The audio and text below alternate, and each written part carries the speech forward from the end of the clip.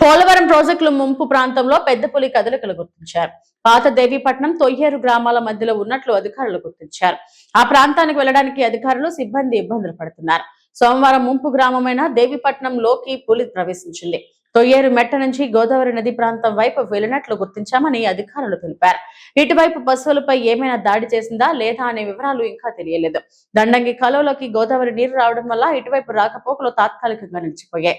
అలాగే పాత దేవీపట్నం గ్రామ సమీపంలో రోడ్డుపై చెట్లు, వెదురు పొదలు పడిపోవడం వల్ల వాహనాలు వెళ్లడానికి అనుకూలంగా లేదు.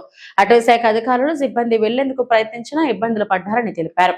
ముంపు ప్రాంతాల్లో ప్రజలు ఎవరూ లేకపోవడం వల్ల పెద్దగా ఇబ్బంది లేదని, ఎక్కడైనా పశువులను వదిలేసి ఉంటే పులి దాడి చేసే పరిస్థితి ఉంటుందని చెబుతున్నారు. ప్రస్తుతం పులి పాపికొండల అభయారణ్యంలో సురక్షితంగా ఉన్నట్లు అటవీ శాఖ అధికారులు స్పష్టం చేశారు.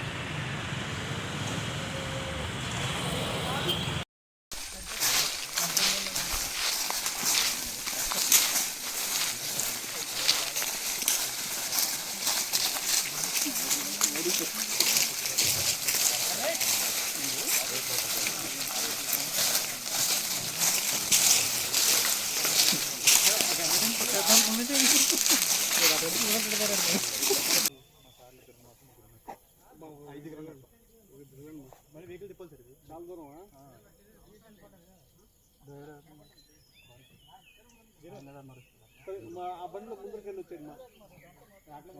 మా క్యాంపర్లో ముందరికెళ్ళి పాయింట్ దగ్గరికి చూసుకొచ్చేయండి.